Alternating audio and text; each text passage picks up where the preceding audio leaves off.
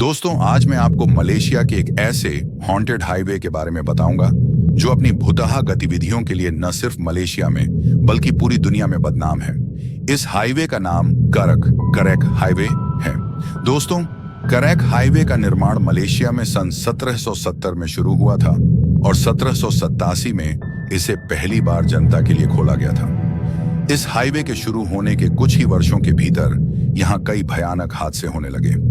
Police द्वारा जांच करने पर पता चला कि इनमें से ज्यादातर हादसों का कारण कुछ पैरानॉर्मल घटनाएं थीं। कई बार जब किसी गाड़ी का एक्सीडेंट होता था और पुलिस उस गाड़ी के ड्राइवर से पूछताछ करती तो ड्राइवर बताता था कि करैक हाईवे पर आने के कुछ देर बाद ही उसकी गाड़ी के आगे अचानक एक पुराने मॉडल की पीले रंग की वोल्क्सवैगन कार आ गई।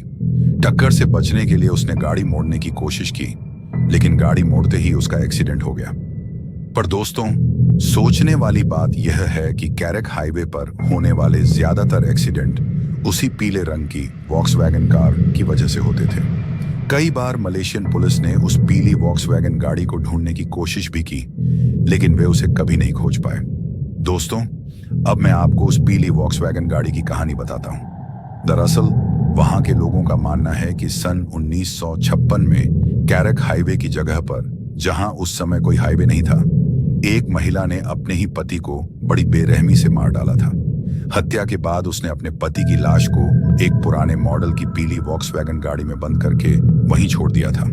बाद में जब उस जगह पर करैक हाईवे का निर्माण हुआ और वहां गाड़ियों का आना जाना शुरू हुआ, तभी से उस हाईवे पर वह पीली वॉक्सवैगन गाड़ी रहस्यमयी ढंग से दिखाई देने लगी। लोगों का कहना है कि उसी पीली वॉक्सवैगन की वजह से इस हाईवे पर कई भयानक एक्सीडेंट होने लगे।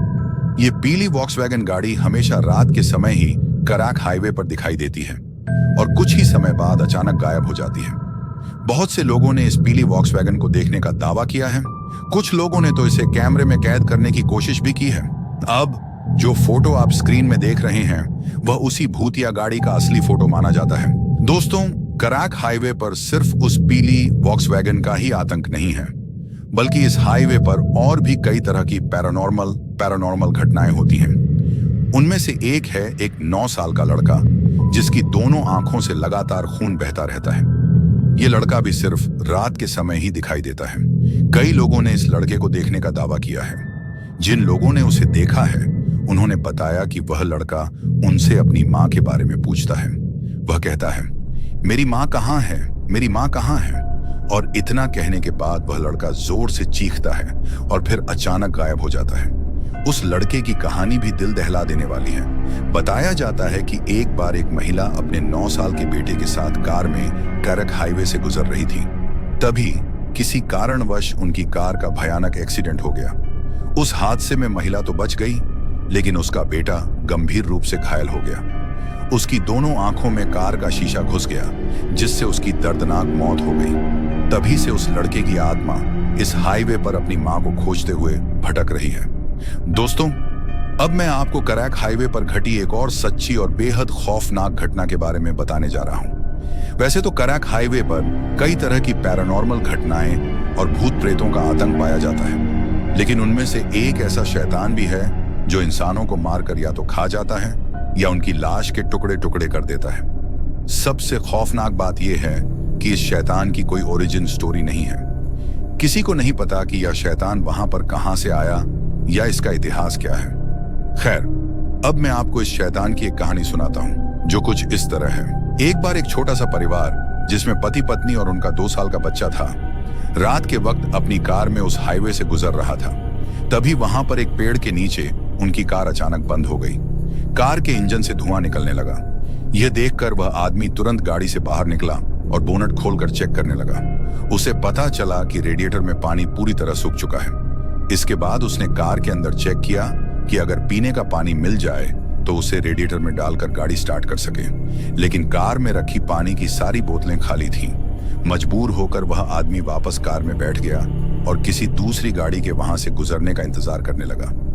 काफी देर तक जब कोई गाड़ी वहां से नहीं गुजरी तो वह आदमी पानी की कुछ खाली बोतलें लेकर कार से बाहर निकला और अपनी पत्नी से कहा, मैं आसपास पानी की तलाश में जा रहा हूं। जब तक मैं वापस नहीं आता तुम गाड़ी के अंदर ही रहना और सारे दरवाजे अंदर से लॉक कर लेना।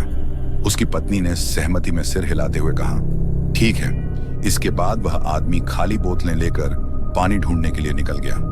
उसे गए हुए अभी आधा घंटा ही बीता था कि अचानक कार में बैठी उसकी पत्नी डर के मारे जोर से चीख पड़ी। उसकी चीख का कारण यह था कि कार की छत पर अचानक कोई भारी चीज गिर पड़ी थी। उस भारी चीज के गिरने के बाद कार की छत से ऐसी भयानक आवाजें आने लगी जैसे कोई खतरनाक जंगली जानवर अपने शिकार को नोच नोच कर खा रहा हो। वह भयानक आवाजें सुनकर वह औरत इतनी डर गई कि उसने अपने बच्चे को अपनी छाती से कसकर चिपका लिया।